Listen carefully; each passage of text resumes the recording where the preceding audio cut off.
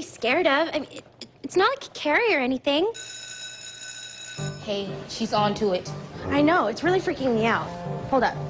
Artie's buzzing in. I'm going party line. Dudes, this is serious. If she finds out, she's gonna tell Finn. She's a total trout mouth.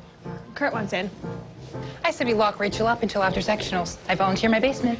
We can't. We need her to sing. Damn, her talented. We just heard. Who We told? assumed it was you. Why would I do that? To get back at Puck, aren't you guys dating? Sex is not dating. If it were, Santana and I would be dating.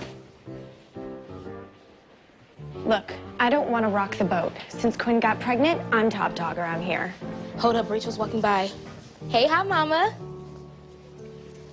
She's gone. Look, I know I screwed up telling all you guys about Quinn and Puck, and I feel really terrible about it. But we cannot let Rachel figure this out. If she tells Finn, he's going to flip. And then we really have no chance at sectionals.